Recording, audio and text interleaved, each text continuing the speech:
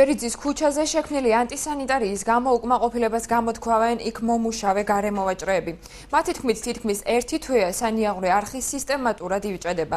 მათივე განმარტებით სისტემის გაუმართავობის გამო ტერიტორიაზე მძაფრი სუნი დგას, განსაკუთრებით მძიმე მდგომარეობა კი წვიმის დროსაა. გარემოვაჭრეების განმარტებით პრობლემის შესახებ არაერთხელ მიმართეს ბათუმის წყალს, თუმცა პრობლემის საბოლოო გადაჭრა ვერ მოხერხდა. ადგილობრივთა თქმით, ერთჯერადი გაწმენდის შემდეგ პრობლემა კვლავ წარმოიქმნება. მოსახლეობის ბრალდებებს შეპეს ბათუმის წყალში უარყოფენ. უწყების განცხადებით, ტერიტორიაზე სანიაღვრე არხისა და კანალიზაციის პრობლემა არ არის. ტექნიკური დირექტორი ქუჩაზე შექმნილი ანტისანიტარიის გამო იქ მომუშავე გარემოვაჭრეებს ადანაშაულებს. ალეკო მიქელაძის თქმით, გარემოვაჭრეები სანიაღვრე არხში ყვავილებს, ფოთლებს და ერთჯერად პაკეტებს ყრიან, რაც სისტემის გაჭედვას იწვევს.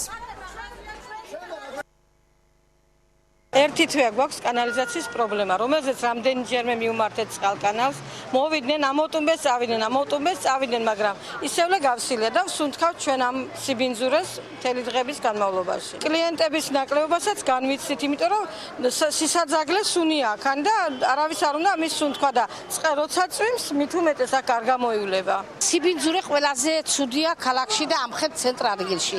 სიცხვილეა ბოლოს და ბოლოს.